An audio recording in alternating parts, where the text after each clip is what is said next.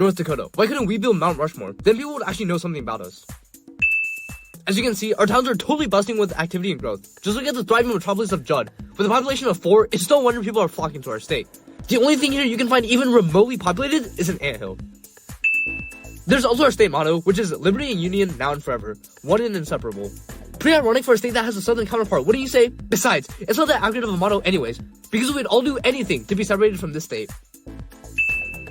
And let's not forget about the scenery. Just look at all that flat land and nothing to look at. How boring. And let's not forget about our diverse and breathtaking scenery. From rolling hills, to picturesque mountains, to flat and featureless prairies. North Dakota truly has it all, except the mountains and the hills.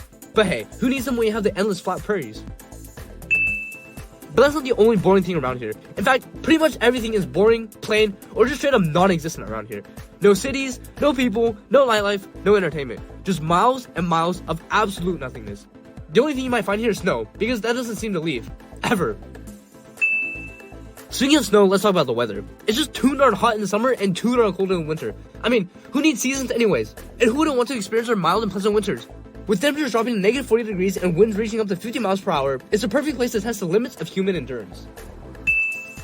But hey, at least you have the low cost of living and housing prices, right? That is, if you can even find a house to live in. With practically no one living in the state, an actual house around here is actually pretty hard to find. You could always build your own, but why bother? It is North Dakota after all.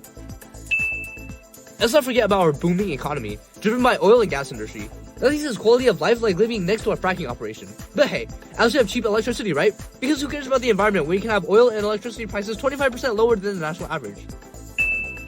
There's also the job opportunities here.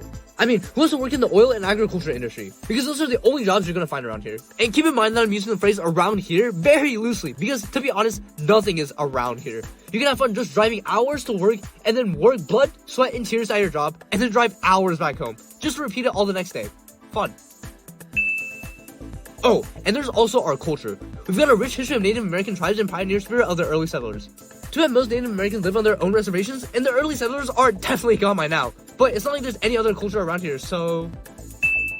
And let's not forget about the nightlife. I mean, who can forget about the vibrant nightlife of Fargo and Bismarck? Oh wait, they're practically non-existent as well. Good luck finding anything to do around here after dark. But hey, when you're bored out of your mind, you can always resort to watching the oil rigs. Oh, and we can't forget about the roads either. There's so much road construction around here, it's like our state flower should be the traffic cone.